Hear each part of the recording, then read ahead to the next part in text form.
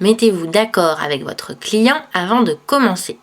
En matière de ménage, c'est un peu comme en politique. Il n'y a pas de vérité absolue.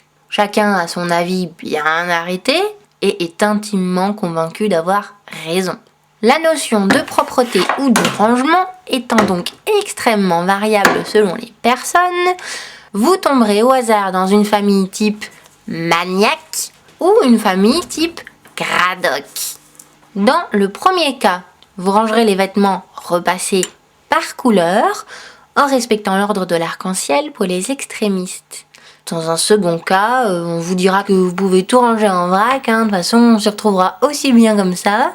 Tout est ouvert à débat en fait, les vitres, l'évier, les plaques de cuisson, un petit coup d'éponge ou 57 passages de chiffon pour que ça brille comme dans une pub de Monsieur Propre. Et les poussières, c'est selon l'humeur du plumeau ou plutôt le grand déménagement à chaque étagère?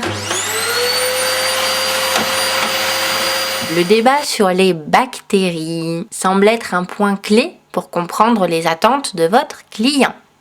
S'il vous propose une brosse à dents pour astiquer les joints du carrelage, vous saurez dans quelle catégorie vous êtes tombé. S'il vous explique au contraire que les bactéries sont indispensables à la vie sur Terre et que nous-mêmes en hébergeons des millions, dites-vous que votre tâche sera pas mal allégée. Le conseil de Lucie la souris. Pour cerner précisément votre mission, allez donc farfouiller dans l'onglet Conseils pratiques.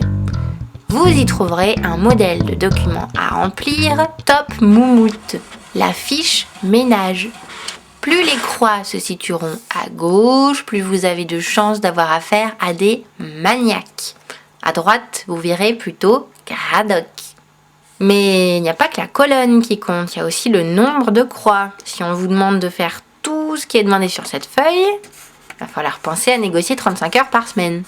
En conclusion, il n'y a définitivement pas de définition universelle au mot ménage. Ce qui compte, c'est de se mettre d'accord avec la personne pour qui vous le ferez. Le fait que les choses soient claires entre vous et votre client établira une relation de confiance. Et puis, avouez que ça fait plutôt pro. Alors ne partez plus chez vos clients sans votre super fiche. À une prochaine pour d'autres conseils de Lucie la souris.